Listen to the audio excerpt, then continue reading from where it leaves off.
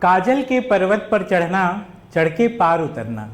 काजल के पर्वत पर चढ़ना और चढ़ के पार उतरना बड़ा कठिन है, निष्कलंक हो कर यह सब करना। तो हेलो दोस्तों, डीएल एकेडमी में आपका एक बार फिर से स्वागत है। और हम सौरभ सर आपसे फिर से आग्रह करते हैं कि यदि अभी तक आपने हमारे चैनल को सब्सक्राइब नहीं किया है, प्ले स्टोर से जाकर के हमारे चैनल का एप्लीकेशन डाउनलोड नहीं किया है, तो कृपया उसको कर लें। और उसके बाद आ जाएं, हम बढ़ते हैं अपने सेशन की तरफ। लास्ट क्लास में टॉम के हम लोगों ने इंट्रोडक्शन किया था। टॉम के सिलेबस से हम रूबरू हुए थे कि टॉम का सिलेबस कितना रहेगा, कैसे रहेगा और क्या क्या टॉपिक्स उसमें कवर करने हैं। तो आज उसी से रिलेटेड हम आगे बढ़ेंगे। आगे की जो क्लास थी ये हम लोग डिस्कस कर चुके थे। This is our syllabus. Syllabus के बारे में हम लोग जान चुके थे क्या सिलेबस रहेगा।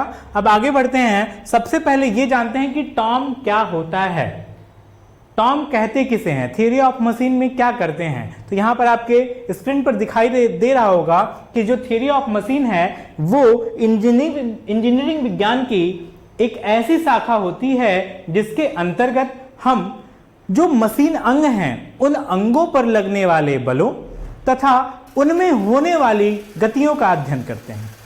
ठीक है, यहां पर देखिए लिखा हुआ है इंजीनियरिंग विज्ञान की वह शाखा जिसके अंतर्गत विभिन्न अंगों के मध्य होने वाली सापेक्ष गति, रिलेटिव मोशन तथा उन पर लगने वाले बल का हम अध्ययन करते हैं। ठीक है, अब सापेक्ष गति का थोड़ा सा आइडिया हम आपको दे देंगे कि सापेक्ष गति क्या है। जैसे ये कोई बॉडी है ए और एक कोई बॉडी है बी, दो बॉडी हैं। एक बॉडी ए जो है उसकी स्पीड है 10 मीटर पर सेकेंड, मतलब 10 मीटर प्रति सेकेंड की चाल से ये इस दिखाए गए डायरेक्शन में आगे की तरफ जा रही है। बी की जो स्पीड है इसकी क्या है, 5 मीटर पर सेकेंड है। तो यदि हम आपसे बात करें कि ए के सापेक्ष बी की गति क्या है, ए के सापेक्ष बी की गति क्या है, तो किसकी गति की बात हुई, बी के गति की। बी के गति की बात हो रही है और बी की जो गति है वो ए के सापेक्ष हमको निकालनी है। तो बी की गति ए के सापेक्ष निकालनी है। तो इसको हम लिखते हैं velocity of B with respect to A और रिप्रेजेंट करते हैं इस फॉर्मूले से VB माइनस VA, मतलब B की गति में से A की गति को हम क्या करेंगे, सबट्रैक्ट कर देंगे। तो B की गति कितनी है, 5 और A की गति कितनी है, 10। तो 5 में से जब हम 10 को सबट्रैक्ट करेंगे तो हमारे पास क्या वैल्यू आएगी, -5 मीटर पर सेकेंड। इसका तात्पर्य यह है कि जो B है वो A से 5 मीटर प्रति सेकेंड पीछे चल रहा है। तो ये जो कॉन्सेप्ट है रिलेटिव मोशन का, ये हम आपको डिटेल में सेकेंड चैप्टर में बताएंगे। अभी बस जान लीजिए कि जो टॉम है, टॉम में हम क्या करते हैं, मशीनों में होने वाले रिलेटिव मोशन, मतलब उनके जो पार्ट्स हैं, एक पार्ट दूसरे पार्ट के सापेक्ष किस तरह से मूव कर रहा है, किस प्रकार की गति कर रहा है, वो जानेंगे। और वो जो गति हो रही है वो किस बल के अधीन हो रही है वो जानेंगे। ठीक है, तो आइए अब बढ़ते हैं हम टॉम के सब डिवीजन पर। तो टॉम को कितने प्रकार से डिवाइड किया गया, तो टॉम को बेसिकली 4 प्रकार से डिवाइड किया गया। इसके 4 सब डिवीजन हैं। ये सिर्फ अभी हमारा टॉम का इंट्रोडक्शन चल रहा है जिसमें हम जान रहे हैं कि टॉम में क्या करते हैं हम। ठीक है, थियरी ऑफ मशीन में हमको करना क्या है। तो बेसिकली कहें तो ये हमारा एक परिचय है थियरी ऑफ मशीन से, एक इंट्रोडक्शन है। इससे हम रूबरू हो रहे हैं कि इसमें हम करेंगे क्या। तो टॉम को सब डिवीजन किए गए हैं, मतलब इसके 4 शाखाएं हैं, 4 शाखाओं में बांटा गया है। जिसमें पहला हमारा है स्टैटिक्स, दूसरा है डायनामिक्स,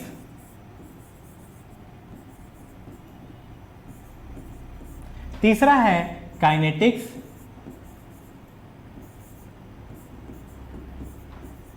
और चौथा है काइनेमैटिक्स।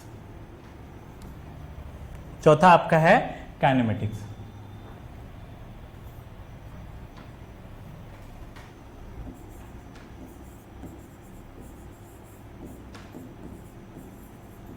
अब स्टैटिक्स को क्या कहते हैं, स्थैतिकी। हिंदी में अगर बात करें तो इसको बोलते हैं स्थैतिकी। ठीक, ये जो है वो हमारा है गतिकी, और इसको कहते हैं, ये भी हमारा गतिकी ही है, और ये हमारा है शुद्ध गतिकी, मतलब प्योर रूप से गति की बात हो रही है। ठीक, तो ये स्टैटिक्स, डायनामिक्स, काइनेटिक्स और काइनेमेटिक्स 4 डिवीजन बनाए गए हैं टॉम के। अब चारों में जो हम अध्ययन करते हैं वो अलग अलग तरह की होती हैं। जैसे यहां पर जब हम बात करेंगे तो बॉडी क्या होगी, वो रेस्ट कंडीशन में होगी। तो जब बॉडी रेस्ट कंडीशन में है, जैसे कोई मशीन है, उस मशीन का फ्रेम हो गया, ढांचा हो गया, जो लेग हैं वो क्या हो गए, स्थिर कंडीशन में हो गया। तो स्थिर कंडीशन में है तो उस पर लोड नहीं आएगा, उस पर भी लोड आएगा। तो उन लोडों को, यानी उन बलों को समझने के लिए, जानने के लिए जो अध्ययन करते हैं वो किस में करते हैं, स्टैटिक्स में करते हैं।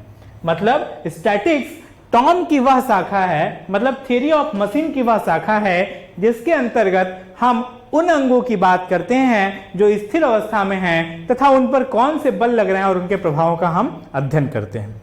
डायनेमिक्स में क्या होता है, अब डायनेमिक्स में हम उनकी बात करेंगे जो पार्ट मोशन में होंगे, मतलब मशीन के जो पार्ट मोशन कर रहे हैं, गति कर रहे हैं, तो उन पर बल का क्या प्रभाव है उसकी बात करेंगे, बल का क्या इफेक्ट आ रहा है उसकी बात करेंगे। काइनेटिक्स में, गतिकी में भी हम वही करते हैं, मोशन के दौरान अंगों में होने वाले या अंगों पर उपजने वाले बल और उनके प्रभाव की बात करते हैं, लेकिन यहां पर जो बात होती है वो इनर्शिया फोर्स की होती है। ठीक है, और लास्ट हमारा शुद्ध गतिकी, जहां पर शुद्ध रूप से गति की बात होगी। इसका तात्पर्य है शुद्ध गति की, शुद्ध रूप से गति की जहां बात होती है उसको हम क्या बोलते हैं, काइनेमेटिक्स। तो चलिए बढ़ते हैं आगे। देखिए ये है काइनेमेटिक्स। काइनेमेटिक्स में क्या लिख रहा है यहां पर, वह शाखा जिसके अंतर्गत मशीन के विभिन्न अंगों के मध्य होने वाली सापेक्ष गति, फिर से आया रिलेटिव मोशन, इसको हम रिलेटिव मोशन को फिर से बता रहे हैं। रिलेटिव मोशन सेकंड चैप्टर में हम लोग अच्छे से जानेंगे कि रिलेटिव मोशन क्या होता है। ये इंटरमीडिएट में आप जान चुके हैं, अगर जो नहीं पढ़े हैं, जो डिप्लोमा में सीधे हाई स्कूल से आए हैं, तो उनको हम सापेक्ष गति का कॉन्सेप्ट सेकंड चैप्टर में देंगे स्टार्टिंग में।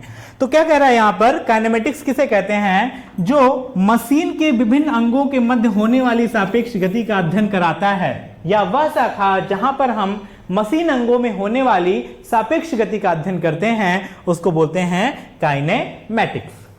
नेक्स्ट क्या है, देखिए नेक्स्ट है हमारा डायनामिक्स। अब डायनामिक्स क्या है, it is the branch of the theory of machine which deal with the force and there effects, मतलब बल और उनके प्रभाव का अध्ययन करेंगे। वह शाखा जिसमें मशीन के विभिन्न अंगों की गति के दौरान बलों व उनके प्रभावों का अध्ययन करते हैं, उसके फोर्स, उस पर लगने वाले फोर्स तथा इफेक्ट का अध्ययन करते हैं। कब, जब पार्ट इन मोशन, जब पार्ट क्या हो, गति कर रहा हो, यानी कि जब हमारा कोई बॉडी या कोई अंग गति कर रहा है तो उस पर जो बल लग रहा है, उस बल का क्या प्रभाव हो रहा है उसकी गति पर, उसका अध्ययन जिस शाखा में करते हैं उसको हम बोलते हैं डायनामिक्स। नेक्स्ट है काइनेटिक्स। काइनेटिक्स आपको बताया ये किससे रिलेटेड है, इनर्शिया फोर्स से। इनर्शिया फोर्स का डिस्कस मैंने किया था इंट्रोडक्शन में भी, जड़त्व बल, इनर्शिया को क्या बोलते हैं, जड़त्व बल। तो इसमें हम क्या करते हैं, मशीन अंगों के जो मशीन पार्ट्स हैं, मशीन के जो पार्ट्स हैं विभिन्न प्रकार के, उन पर लगने वाले जड़त्व बलों का अध्ययन करते हैं।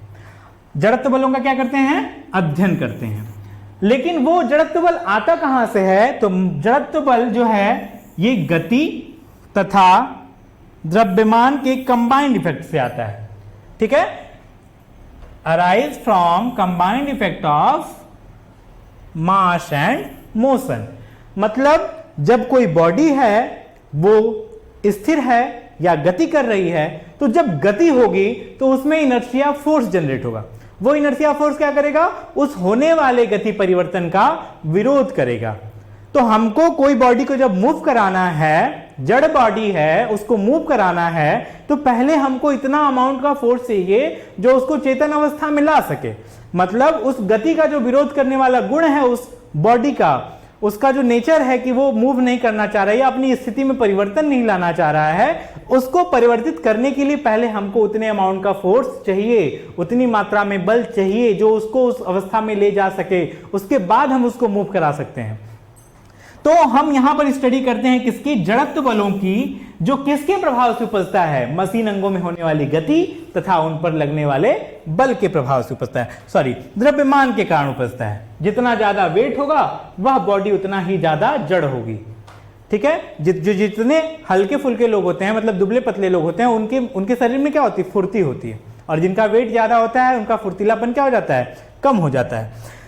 तो हम भी थोड़ा सा हैवी वेट वाले में ही आते हैं। ठीक है, तो जो हल्के फुल्के हैं उनके शरीर में क्या रहती है, फुर्ती रहती है, और जो थोड़ा सा जिनका वेट बढ़ गया तो उनको बॉडी को मूव करने में क्या लगता है, टाइम लगता है। क्यों टाइम लगता है, पहले आप उस बॉडी का जो रेजिस्टेंस है, जो फ्रिक्शन फोर्स है, जो आपको उस जड़ अवस्था में बांध के रखना चाह रहा है, उसको क्या करना होगा, रिलीज करना होगा। ठीक है, तो वहां से हम जब रिलीज करेंगे तभी आगे बढ़ पाएंगे। तो यहां पर काइनेटिक्स में हम क्या करते हैं, इनर्शिया फोर्स की बात करते हैं, जड़त्व बल की बात करते हैं, जो कैसे उपजता है, कंबाइन इफेक्ट से। किसके कंबाइन इफेक्ट से, गति तथा द्रव्यमान के। गति और द्रव्यमान के कंबाइन इफेक्ट से जो उपजता है उसी को हम क्या बोलते हैं, इनर्शिया फोर्स। और इस इनर्शिया फोर्स की बात किसमें करते हैं, काइनेटिक्स में। और आखिरी शाखा जो है वो है स्टैटिक्स। स्टैटिक्स में क्या है, अंगों के स्थिर अवस्था। स्टैटिक का मतलब होता है स्थिर। अंगों के स्थिर अवस्था में बलों व उनके प्रभावों का अध्ययन करते हैं। अंगों के स्थिर अवस्था में बलों व उनके प्रभावों का अध्ययन जिस शाखा में करते हैं, थियरी ऑफ मशीन के, उस शाखा को क्या करते हैं, स्टैटिक्स। तो आई होप आपको यह समझ में आया होगा कि ये जो स्टैटिक्स, डायनामिक्स और काइनेटिक्स और काइनेमेटिक्स, ये काइनेमेटिक्स पहली शाखा जिसमें हम किसकी बात करते हैं, उनके मध्य होने वाली सापेक्ष गति, सिर्फ और सिर्फ रिलेटिव मोशन, क्योंकि इसका नाम है शुद्ध गतिकी। शुद्ध गतिकी, शुद्ध गतिकी की बात करते हैं। तो शुद्ध रूप से गति की बात होगी, मतलब रिलेटिव मोशन की बात होगी। नेक्स्ट है हमारा डायनामिक्स, जहां पर हम गति की बात करें, मतलब अंगों की गति हो रही होगी तो वो किन बलों के प्रभाव में हो रही होगी उसकी बात करते हैं, तो वो कहते हैं हम डायनामिक्स। नेक्स्ट है हमारा काइनेटिक्स। काइनेटिक्स में क्या करेंगे, इनर्शिया फोर्स की बात करेंगे। ये भी गति के दौरान ही उपजता है, इनर्शिया फोर्स। ठीक है, अगला है हमारा स्टैटिक्स। स्टैटिक्स में क्या करते हैं हम, बलों के स्थिर अवस्था में, बल जो हमारा होता है ना, वो बॉडी के स्थिर अवस्था में जब एक्ट करे तो उसका क्या इफेक्ट आ रहा है, उसका अध्ययन हम करते हैं स्थैतिकी में, स्टैटिक्स में। यहां पर क्या करते हैं, mass of the part is assume to be negligible, मतलब जो पिंड का द्रव्यमान है उसको इस अध्ययन के दौरान नगण्य माना जाता है या नगण्य लिया जाता है। तो स्टैटिक्स में जब भी हम बात करेंगे बॉडी के स्थिर अवस्था में, तो उसके मास को कंसीडर नहीं करेंगे, केवल और केवल उन पे लगने वाले बलों के प्रभाव को हम कंसीडर करेंगे। ठीक है, तो ये था आपका टॉम का इंट्रोडक्शन, जिसमें टॉम के सब डिवीजन के बारे में हम लोग ने जाना। थ्योरी ऑफ मशीन क्या होता है वो जाना, थ्योरी ऑफ मशीन में करना क्या है ये जाना। अब उसके सब डिवीजन जैसे स्टैटिक्स, डायनामिक्स, काइनेटिक्स और काइनेमेटिक्स में जाना। तो ये थी आपका एक बेसिक इंट्रोडक्शन। अब हम स्टार्ट करते हैं आपका पहला चैप्टर, जिसका नाम है सिंपल मैकेनिज्म, सरल यंत्र विन्यास। और उस पहले चैप्टर की पहली हेडिंग ये रही आपके सामने स्क्रीन पर, लिंक या एलिमेंट। इसको हिंदी में कहते हैं कड़ी या अवयव। एलिमेंट को क्या बोलते हैं, अवयव। ठीक है, तो इसको कड़ी, लिंक को कहते हैं हिंदी में कड़ी और एलिमेंट को हिंदी में कहते हैं अवयव। तो लिंक या अवयव क्या होता है, तो लिंक या अवयव किसी भी मशीन में, जैसे आप लिंक या अवयव अभी तक जो लिंक जानते हैं कि what is the link. Link जैसे एक लोग आपको, जैसे आप कहीं पे कोई काम करना है या कोई सरकारी दफ्तर है, वहां पर कोई आपको काम अपना कराना है तो लिंक ढूंढते हैं ताकि वो काम क्या हो जाए, हमारा आसानी से हो जाए। लिंक का मतलब क्या कि हमारी पहुंच, हम किसी तरह से उस पर्टिकुलर व्यक्ति से जाकर के मिल सकें जिससे हमको काम है। तो काम लिंक का यहां भी वही है, एक दूसरे को क्या जोड़ना, एक दूसरे को जोड़ना, वही हमारा क्या कहलाता है, लिंक। लेकिन यहां पर जो मशीन है, मशीन में लिंक का डेफिनेशन क्या आएगा, तो एक या एक से अधिक प्रतिरोधी पिंडों का ऐसा संयोजन, यहां पर लिखा हुआ है एक या एक से अधिक प्रतिरोधी पिंडों का ऐसा संयोजन जिनके मध्य कोई सापेक्ष गति ना हो रही हो, जिनके मध्य कोई सापेक्ष गति ना हो रही हो, उसको हम क्या बोलते हैं, कड़ी या अवयव बोलते हैं। अगर उनके मध्य सापेक्ष गति हो गई तो वो अलग अलग कड़ियां कहलाएंगी। अगर उनके मध्य सापेक्ष गति नहीं हो रही है और वो एक दूसरे से दृढ़तापूर्वक जुड़ी हैं कि जब तुम चलोगे तब हम चलेंगे, जब तुम नहीं चलोगे तो हम नहीं चलेंगे। जैसे पिस्टन हो गया, आईसी इंजन में आपने पढ़ा होगा, सिलेंडर में जो हम लगाते हैं पिस्टन हो गया, तो पिस्टन के साथ हम क्या लगाते हैं, पिस्टन रिंग लगाते हैं, पिस्टन रॉड लगाते हैं, पिस्टन हेड होता है, ये सब क्या एक साथ असेंबल किए जाते हैं। तो क्या पिस्टन रॉड अलग चलता है, पिस्टन का हेड अलग चलता है, रिंग जो होती है वो अलग चलती है, नहीं, सब साथ साथ चलते हैं। तो वो क्या हो गया, एक एलिमेंट बन गया मिलकर के, तो उनको हम क्या बोलेंगे, लिंक। तो लिंक की डिफिनेशन क्या हुई कि एक या एक से अधिक प्रतिरोधी पिंड। अब ये प्रतिरोधी पिंड जो आ रहा है ना, इसको अभी हम बताते हैं अगले, इसको जानने के बाद प्रतिरोधी पिंड पे आएंगे। तो पहले जान लीजिए कि एक या एक से अधिक प्रतिरोधी पिंडों का ऐसा संयोजन जिनके मध्य कोई रिलेटिव मोशन ना हो रहा हो, मतलब सापेक्ष गति ना हो रही हो, जब भी चलें तो वो साथ साथ, जब भी चलें, जब भी रुकें तो साथ साथ, यहां पे कोई वेरिएशन ना हो उनकी स्पीड में। जैसे अभी हमने निकाला था ना भी, ए और बी का एग्जांपल लेकर के कि बी का ए के सापेक्ष रिलेटिव मोशन क्या था, तो उन दोनों के बीच में रिलेटिव मोशन यदि 0 हो जाएगा, अगर दोनों की स्पीड 10 मीटर पर सेकेंड हो जाती तो दोनों साथ साथ चलते, तो उस दौरान हम ये कहते हैं कि ए और बी की जो गति है वो क्या है, सेम है, उनके बीच में कोई रिलेटिव मोशन नहीं हो रहा है। तो वही चीज यदि उनके मध्य सापेक्ष गति नहीं होगी तो उनको हम क्या बोलेंगे, कड़ी या फिर अवयव। तो इनको जैसे एग्जांपल के यहां पे इंग्लिश में भी लिखा हुआ है, लिंक में consist of several parts which are rigidly fastened together, मतलब दृढ़ता पूर्वक जोड़ी गई हो एक साथ, so that they do not move relative to one other. अर्थात यहां पे शॉर्ट अगर जनरली बोलें तो यहां पे कह सकते हैं कि इनके बीच में रिलेटिव मोशन नहीं होना चाहिए। इसका तात्पर्य यही है, they don't move relative to one other, मतलब एक दूसरे के सापेक्ष उनमें कोई रिलेटिव मोशन ना हो, तो उनको हम क्या बोलेंगे, लिंक। जैसे रेसिप्रोकेटिंग स्टीम इंजन यहां पर दिया हुआ है, रेसिप्रोकेटिंग स्टीम इंजन में पिस्टन रॉड, क्रॉस हेड, ये क्या करता है, एक लिंक बनाता है, कंस्टिट्यूट वन लिंक, मतलब एक लिंक बनाते हैं, पिस्टन रॉड क्रॉस हेड मिलकर के क्या बनाता है, एक लिंक। आगे बढ़े तो connecting rod, big and small end of bearing. Connecting rod कैसा होता है, तो वो यहां पर हम सिंपल सा फिगर बनाते हैं, ये देखिए एक छोटा सा सिरा होता है जिसको बोलते हैं स्मॉल एंड, और दूसरे सिरे को बोलते हैं big and, this is the big and.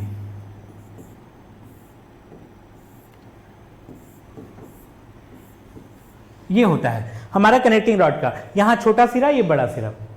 तो बिग एंड स्मॉल एंड को हम किससे जोड़ देते हैं, बेरिंग के थ्रू, इस पिस्टन के एक सिरे से जोड़ देते हैं और दूसरा सिरा क्रैंक से जोड़ देते हैं। तो कनेक्टिंग रॉड से जो चीजें जुड़ी ना वो क्या हुई, एक एलिमेंट बना रही हैं, तो उनको हम बोलते हैं एक एलिमेंट, मतलब ये प्रतिरोधी पिंडों से मिलकर के बनी होती हैं, तो इनको हम बोलते हैं एक एलिमेंट। अब आगे प्रतिरोधी पिंड क्या होते हैं, तो प्रतिरोधी पिंड का मतलब है प्रतिरोध प्रदर्शित करने वाले पिंड, जो क्या करें, अगर हम उस पर बल लगा रहे हैं, कोई बॉडी है, जैसे यहां पर कोई एक बॉडी ले लिए, इस बॉडी कई सारे मॉलिक्यूल से मिलकर के बनी रहेगी, छोटे छोटे टीन पार्टिकल्स जो हैं ये इस तरह से मिलकर के बनी रहेगी।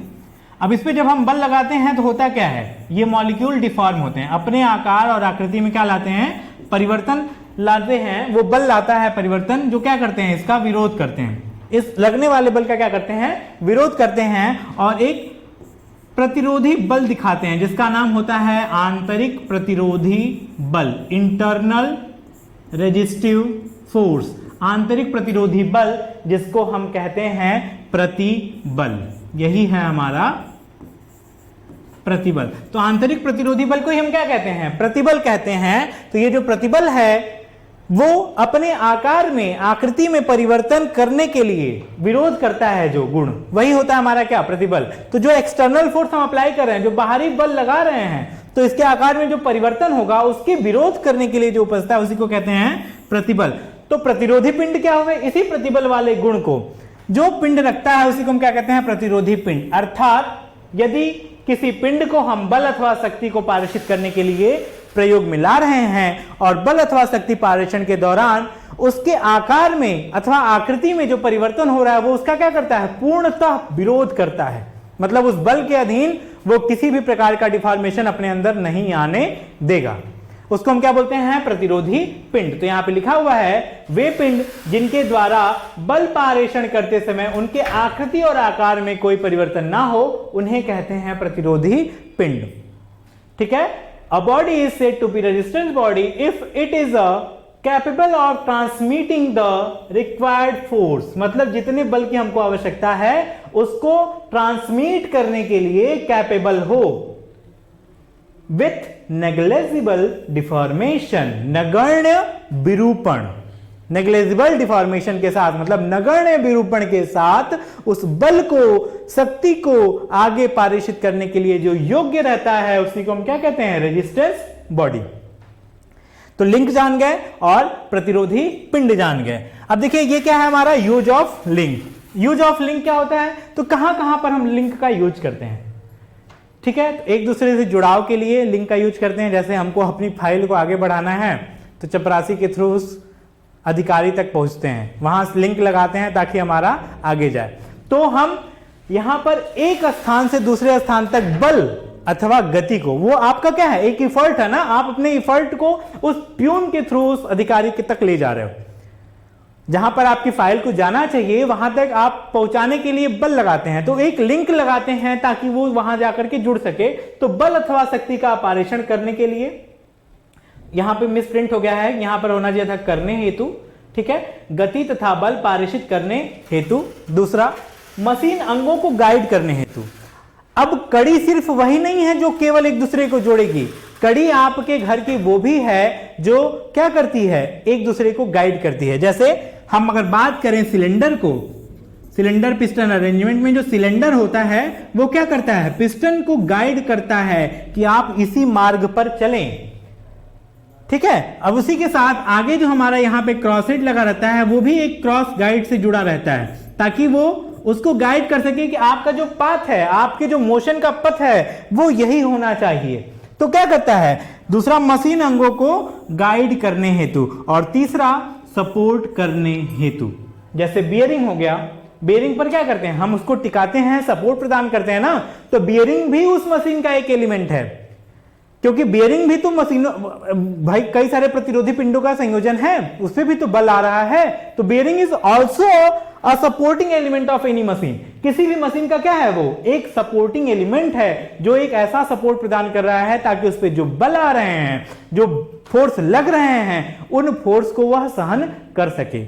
जैसे हम अपना घर बनाते हैं तो नींव डालते हैं, तो नींव क्या करता है, वो जो पिलर होता है, वो स्तंभ होता है, वो हमारे घर के जो बल आ रहे हैं, जो भी आ रहे हैं बल, जो भी फोर्स उस पे लगेंगे, जो अभी हम छत ढालेंगे, जो भी ईंट की दीवार जोड़ेंगे, उस छत पर जब ढालते जाएंगे तो उन सबको क्या करेगा, वो नींव सपोर्ट करेगा। लेकिन वहां पे कोई मोशन हो रहा है नहीं, तो वो भी क्या है, एक लिंक है। तो सपोर्ट करने के साथ साथ गति तथा बल को पारेषित करने हेतु, मशीन अंगों को गाइड करने हेतु और उनको सपोर्ट प्रदान करने हेतु हम किसका यूज करते हैं, लिंक का यूज करते हैं। ठीक है, आशा है कि आपको आज का ये लेक्चर समझ में आया होगा। जो अगली क्लास होगी उसमें हम लोग जानेंगे कि लिंक कितने प्रकार के होते हैं, कितने तरह के लिंक का हम यूज यहां पर मैकेनिज्म में करते हैं, उसको जानेंगे। और एक बार फिर जाते जाते हम आपसे ये कहना चाहते हैं कि यदि अभी तक आपने हमारे चैनल को सब्सक्राइब नहीं किया है तो प्लीज उसको सब्सक्राइब कर लें। प्ले स्टोर पे डीएल एकेडमी के नाम से हमारा एप्लीकेशन मौजूद है, वहां से उसको अपने मोबाइल में इंस्टॉल कर लें और अपने मोबाइल नंबर के थ्रू उस पर आईडी और पासवर्ड बना लें, जिससे जब भी जो भी क्लासेस यहां पे रिलीज हो, जो भी मटेरियल, जैसे इन सब के जो पीडीएफ प्रोवाइड कराया जाए, तो आपको वहां पर वो इजीली अवेलेबल हो, आपको ज्यादा परेशान होने की आवश्यकता ना हो। साथ ही साथ अपने मित्रों जो आपके जूनियर हैं, जो आपके सीनियर हैं, अगर वो नहीं जानते हैं इसके बारे में तो उन तक भी ये सूचनाएं पहुंचाएं। अन्य ब्रांचों के लिए भी जो लड़के हैं, आपके जो मित्र हैं किसी अन्य कॉलेज में पढ़ रहे हैं, तो वहां भी उन तक ये चीजें शेयर करें और हमारे साथ जुड़े रहें। अगर आपको ये वीडियो अच्छी लगी है तो प्लीज इसको लाइक करिएगा और ज्यादा से ज्यादा शेयर करिएगा। हम आपके साथ इसी तरह से जुड़े रहेंगे और हर दिन एक नई अनुभूति के साथ मिला करेंगे। ठीक है, जाते जाते कुछ 2 लाइनें। वो मनुष्य है रंग का, खुशबू का, रूप का। वो मनुष्य है रंग का, खुशबू का, रूप का। वो कैसे ना जले, कैसे ना डरे, कैसे सामना करे इस कड़ी धूप का। ठीक है, चलिए तो आगे मिलेंगे अगली क्लास में। तब तक के लिए धन्यवाद।